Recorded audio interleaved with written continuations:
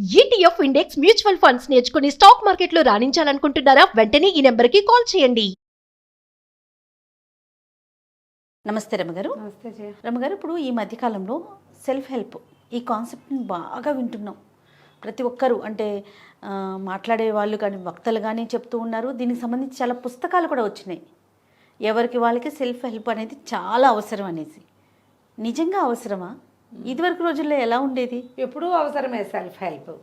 అప్పుడు పుస్తకాలు లేవు కాదు జయ. ఒత్తిడి ఎప్పుడూ ఉంది, మోటివేషను ఎప్పుడూ అవసరమే. ఏ పరిస్థితుల్లో అయినా, ఏ ఇబ్బందులో అయినా, దేన్నైనా అధిగమించాలన్నా, ఒత్తిడిని అధిగమించాలన్నా, ఏ పరిస్థితినైనా ఎదుర్కోవాలన్నా ప్రతి వాళ్ళు తయారవ్వాల్సిందే ఎంతో కొంత. అవును. పూర్వకాలపు ఒత్తిళ్ళు లేకపోతే వీళ్ళు వెళ్ళవలసినటువంటి దాటవలసిన హర్డిల్స్ తక్కువ ఉండేవి. ఇప్పుడు ఒత్తిడి ఎక్కువగా ఉంది. ప్రతి విషయంలోనూ ఓ ప్లానింగ్ కావాలి, ప్రతిదానికి మోటివేషన్ కావాలి. ఇది ఎవరైనా చెప్పకుండా మనకి మనమే చేసుకోవడం ఎట్లా, ఇంకొకరికి చెప్పకుండా అంటారా? సెల్ఫ్ హెల్ప్ అంటే మనకి మనం సహాయం చేసుకోవటం, మనకి మనం హైదరాబాద్ అనుకోవటం, మనకి మనం హైలెస్సా అనుకోవటం, మనని మనం శభాష్ అనుకోవటం. నువ్వు చేయగలవు, చేస్తావు, ఇదివరకు చేసావు, ఇప్పుడు చేయగలవు అని నిన్ను నువ్వు బూస్టప్ చేసుకోవటం. ఇది అవసరమే ఎప్పుడు కూడా. ఆనాడు ఉంది, ఇప్పుడు ఉంది. ఇప్పుడు ప్రపంచపు పోకడలు మారిపోయినాయి. అవును. సమాజపు ఐడియాలజీ మారిపోయింది. మనకి సమస్యలు కూడా మారినాయి. ఇదివరకటి కాలపు ఆర్థిక సమస్యలు ఇప్పుడు ఉన్నాయి, సామాజిక సమస్యలు ఇదివరకు ఉన్నవి ఇప్పుడు లేవు. సోషల్ ప్రాబ్లమ్స్ ఇదివరకు ఉన్నవి వేరు, ఇప్పుడు ఉన్నవి వేరు. ఇప్పుడు ఏంటంటే మనకి స్వయంగా ఎవరికి వాళ్ళకి ఒత్తిళ్ళు ఎక్కువగా ఉన్నాయి. నీకు ఎల్కేజీ పిల్లవాడి దగ్గర నుంచి యూనివర్సిటీలో పిహెచ్డీలు చేసే వాళ్ళ వరకు కూడా చదువు ఒత్తిడే. చదువు ఒక ఒత్తిడైతే సంపాదించవలసిన మార్కులు, దీనివల్ల తాము ఎక్కవలసిన, అధిరోహించవలసిన శిఖరాలు, ఇవన్నీ ఒత్తిడి. ఈ ఒత్తిళ్లలో క్లాస్మేట్ల వల్ల, పేరెంట్స్ వల్ల, ఒక్కొక్కసారి టీచర్ల వల్ల, పరీక్షల ఒత్తిడి వేరే కదా. యూనివర్సిటీ లెవెల్స్కి వెళ్ళేసరికల్లా అక్కడ మోడ్ ఆఫ్ ఒత్తిళ్ళు వేరే. ప్రతివాడికి ఏదో ఒక ఊతకర్ర కావాల్సిందే. ఇది వ్యక్తులు కాకుండా, బయట మనుషులు కాకుండా, మనం ఎంతసేపు థెరపిస్ట్ దగ్గరికి వెళ్తాము, సైకాలజిస్ట్ దగ్గరికి వెళ్తాము. నాకు ప్రాబ్లం ఉంది కాబట్టి నన్ను ఎవరైనా బయటికి లాగాలి, నాకు ఎవరైనా సహాయం చేయాలి, నన్ను ఎవరైనా ఇందులో నుంచి బయటపడేయాలి, ఇవి ఎలాగో వస్తాయి, ఇవన్నీ ఉంటాయి. వీటితో పాటు ఇవే కాకుండా నీకు నువ్వు సహాయం చేసుకో అని చెప్పే రకపు ధోరణి ఇప్పుడు వచ్చింది బాగా. ఓకే.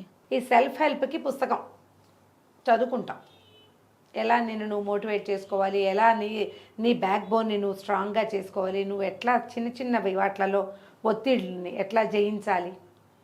మనం చెప్పమా? హాయిగా ఏదన్నా తీయగా తినండి, టీ తాగండి, 4 అడుగులు గాల్లోకి వెయ్యండి, ఏ హార్ట్ఫుల్నెస్ యోగాను చేయండి, యోగాలో చేరండి, జిమ్లో చేరండి, మొక్కల దగ్గర పని చేయండి, ఏదైనా ఓల్డేజ్ హోమ్కి వెళ్ళండి, ఎవరికైనా సహాయం చేయండి, 4 పిట్టలు పెంచుకోండి, ఒక కుక్కను పెంచుకోండి. ఇవన్నీ సెల్ఫ్ హెల్ప్కి ఉపయోగపడతాయి. అవును. ఈ ఐడియాలజీ ఇచ్చేవే ఈ పుస్తకాలు. ఇప్పుడు బోల్డ్ వచ్చినాయి. ఇవి ఎవరు రాస్తారు, ఎవరికి ఉపయోగపడతాయి. ఇలా ఏదైనా చదివి తెలుసుకుందామనే ఐడియాలజీ ఉన్న వాళ్ళకి ఉపయోగపడతాయి. లేదా మనబోటి వాళ్ళు సజెస్ట్ చేస్తాం, ఈ పుస్తకాలు చదవండి మీకు బాగుంటుంది, వాళ్ళకు ఉపయోగిస్తాయి. వాడెవడో నాకు చెప్పేది ఏమిటి, ఇలాంటి ధోరణి మీకుంటే మీకు చేసేదేం లేదు. అవును. ఎవరు చేస్తారు ఈ పనులు? జనరల్గా సైకాలజిస్టులు, సైక్రియాటిస్టులు, కౌన్సిలర్లు, మోటివేషనల్ స్పీకర్స్, చేయి తిరిగిన కొంతమంది రచయితలు, వీళ్ళందరూ ఈ సెల్ఫ్ హెల్ప్కి ఉపయోగపడే రకరకాల పుస్తకాలు. ఇవాళ రేపు నేను గమనించింది ఏంటంటే ఇవి ఇంగ్లీష్లో ఎక్కువ ఉంటున్నాయి. అంటే ఇంగ్లీష్ చదవగలిగే వాళ్ళకి బాగా ఉపయోగపడతాయి. అదేలేండి. ఇంగ్లీషు రాని వాళ్ళకి సెల్ఫ్ హెల్ప్ వద్దా? ఇది ఒక క్వశ్చన్ మార్క్ కదా. ఇంగ్లీష్ రాదు. ఇంగ్లీష్ రాని వాళ్ళు సాధారణంగా ఈ రోజుల్లో ఎవరు ఉంటున్నారు? మామూలుగా కొంచెం అలాగా సీనియర్ సిటిజన్స్. అందులో కూడా అందరికీ చాలామందికి వచ్చు, కొంతమందికి రాదు.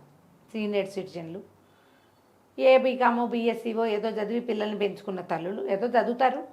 ఈ పుస్తకాల్లో ఇంగ్లీషు అంతా చదివేసి అర్థం చేసేసుకునేంత ఉండదు.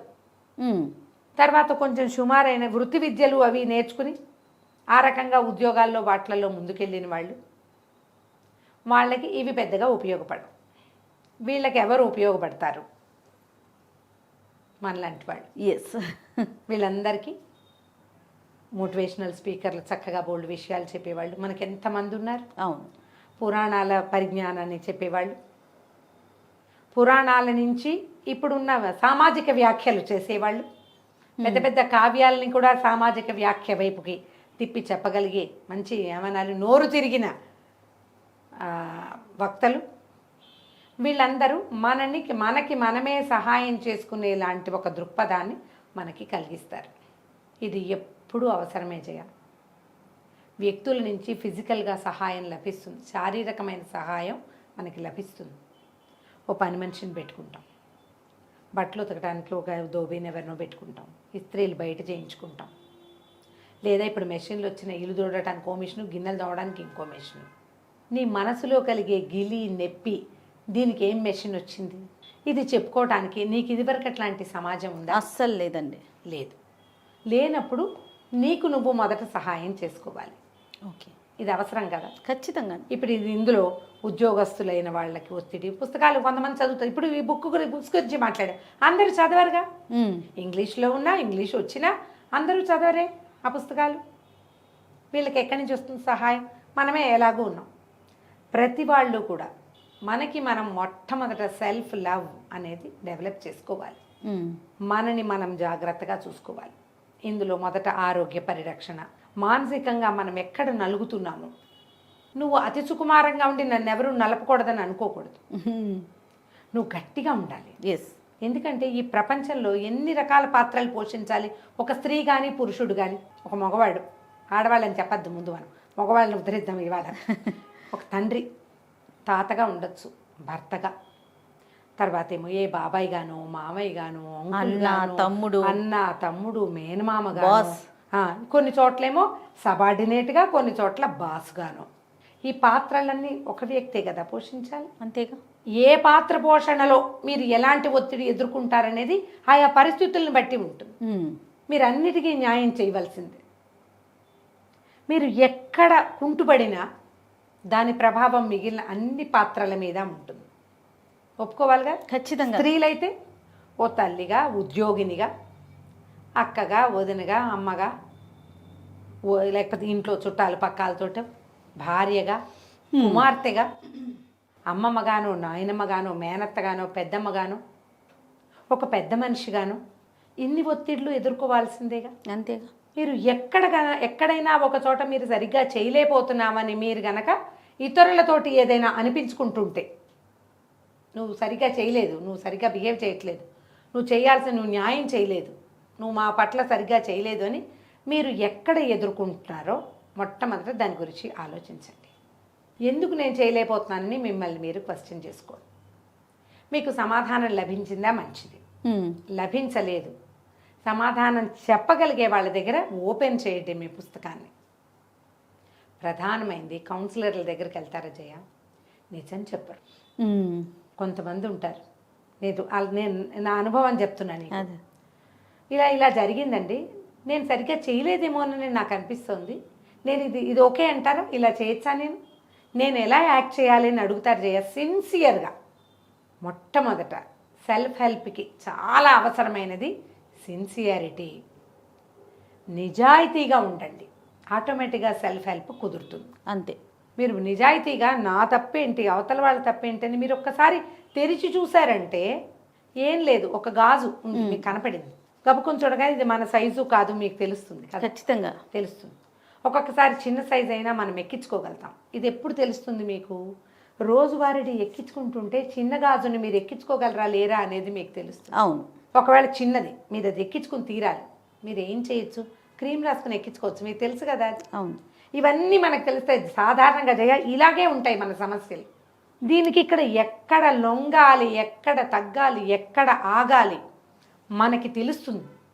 కానీ మనం ఏం చేస్తామంటే మన అదుపు లేకపోవటం వల్ల మన మీద మనం లొంగం, తగ్గం, ఆగం, నిలబడం, రెచ్చిపోతాం.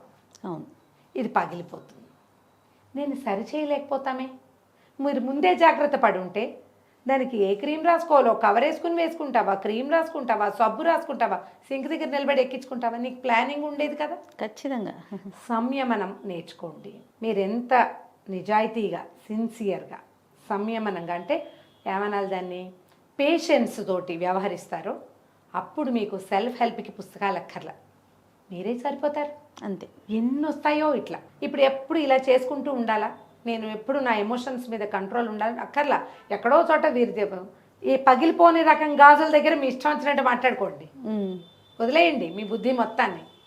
కానీ ఎక్కడ స్ట్రెయిన్ అయిపోతుంది, ఇది పాడైపోతుంది అని అనిపిస్తుందో అక్కడ కొంచెం జాగ్రత్త పడితే మీరు చక్కటి సెల్ఫ్ హెల్పర్గా ఉండగలుగుతారు. మీతో పాటు మీ చుట్టూతో ఉన్న సమాజం అంతా బాగుంటుంది. మీ పిల్లలతో మీ రిలేషన్స్ స్ట్రెయిన్ అవ్వవు. మీ కో సిస్టర్స్ తోటి కానీ, మీ కజిన్స్ తోటి కానీ, ఇన్లాస్ తోటి కానీ, కలీగ్స్ తోటి కానీ ఎక్కడ ప్రాబ్లం ఉందో అక్కడక్కడ రెక్టిఫై చేసుకుంటూ రండి. మీకు 10 సమస్యలు ఉంటే మీరు 3 జాగ్రత్త పడ్డారా, మిగిలిన 7 ఆటోమేటిక్గా వచ్చేస్తాయి లైన్లోకి. మీకు తెలిసిపోతుంది. అవును, తెలుస్తుంది దీన్ని ఎట్లా హ్యాండిల్ చేయాలని. ముందు దీన్ని సరి చేసుకునేందుకు ప్రయత్నం చేయండి. పూర్వకాలము ఇలాగే చేసేవాళ్ళు.